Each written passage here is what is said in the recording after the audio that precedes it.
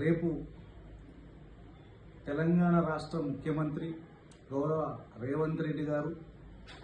తిరుమలగిరి ప్రాంతానికి విచ్చేస్తున్న సందర్భంగా తుంగతుర్తి నియోజకవర్గానికి కానీ ఉమ్మడి నల్గొండ జిల్లాకు కానీ అదేవిధంగా తెలంగాణ రాష్ట్ర ప్రజలకు కానీ మీరిచ్చిన హామీలు 420 హామీలు కావచ్చు, 6 గ్యారెంటీలు కావచ్చు, ప్రజలకు ఇచ్చిన హామీలు ఏం నెరవేర్చారో చెప్పి తుంగతుర్తి నియోజకవర్గానికి ఏం సాధించారో చెప్పి మీరు నియోజకవర్గంలో అడుగు పెట్టాలని, అదేవిధంగా మీరు హామీ ఇచ్చి అయిపోయింది అంటున్న రైతు రుణమాఫీ కావచ్చు, రైతు బంధు కావచ్చు, ఇంకా అనేక రకాల మీరు ప్రకటించిన ఇతరత్ర ఏదైతే పథకాలు కావచ్చు ప్రజలకు అందినయా లేవా, 3 గ్రామాలకు వస్తే మీరు బరాబరు 100% అమలైనయి అని నిరూపిస్తే నేను రాజకీయ సన్యాసం చేస్తాను, అదేవిధంగా ముక్కు నేలకు రాస్తానని చెప్పి బాధ్యత గల ఈ తుంగతుర్తి నియోజకవర్గానికి 2 సార్లు ప్రాతినిధ్యం వహించి ప్రజల చేత ఎన్నుకోబడ్డ మాజీ శాసనసభ్యులు, అదేవిధంగా తుంగతుర్తి నియోజకవర్గ అసలైన అభివృద్ధి ప్రదాత, ఉస్మానియా విశ్వవిద్యాలయం నుంచి ఎన్నో కేసుల పాలై ప్రత్యేక తెలంగాణ కోసం కొట్లాడిన యువ నాయకుడు మా అన్న గాదర్ కిషోర్ కుమార్ గారు సవాల్ విసిరితే స్థానిక శాసనసభ్యులైనా, లేదంటే స్థానిక పార్లమెంట్ సభ్యులైనా, లేదంటే మంత్రి గారైనా వారి గ్రామాలకు పోదామని చెప్తే కనీసం వాటికి సమాధానం చెప్పకుండా, నైతిక విలువలు లేకుండా ఎలా పడితే అలా మాట్లాడుతున్న ఈ కాంగ్రెస్ పార్టీ నాయకులారా, ఖబర్దార్. గాదర్ కిషోర్ కుమార్ గారిని విమర్శించే స్థాయి మీకు లేదని గుర్తెరగండి. ఎలా అయితే రేవంత్ రెడ్డి గారిని విమర్శించే స్థాయి, లేదంటే స్థానిక శాసనసభ్యులు కావచ్చు, స్థానిక పార్లమెంట్ సభ్యులు కావచ్చు, లేదంటే మంత్రి గారిని కావచ్చు,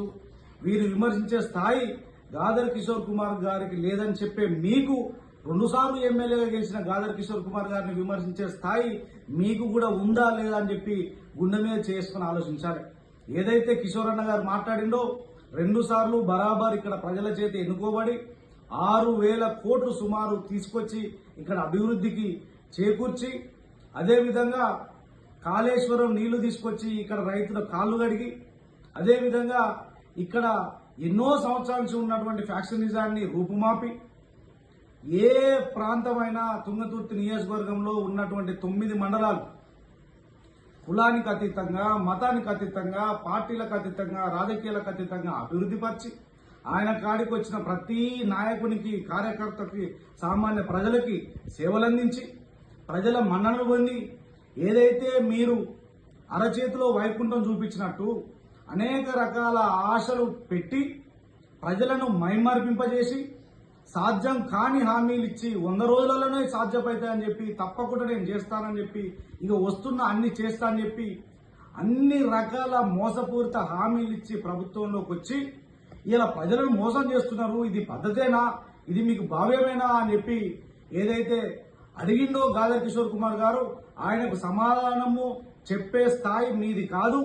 స్థానిక శాసనసభ్యులైనా, పార్లమెంట్ సభ్యులైనా, మంత్రి గారైనా, రేపు రాబోయే ముఖ్యమంత్రి గారైనా దానికి సమాధానం చెప్పాలి తప్ప మీ అవాకులు చెవాకులు పేలితే ఇష్టం వచ్చినట్టు గతంలో లాగానే మళ్ళీ అవ్వ అయ్యా అని ఏదో పనికి మాలిన భాష, దిక్కు మాలిన భాష మాట్లాడితే జాగ్రత్త. ఊరుకుంటందుకు ఇక్కడ గాదర్ కిషోర్ అన్న సైనికులు కానీ, గాదర్ కిషోర్ అన్న తమ్ముళ్ళు కానీ, బీఆర్ఎస్ పార్టీ నాయకులు కానీ, కేసీఆర్ గారి, కేటీఆర్ గారి, జగదీష్ రెడ్డి గారి సైనికులు కానీ ఇక్కడ సిద్ధంగా లేరు. తస్మాత్ జాగ్రత్త. ప్రజలకు ఏం చేసిరో చెప్పి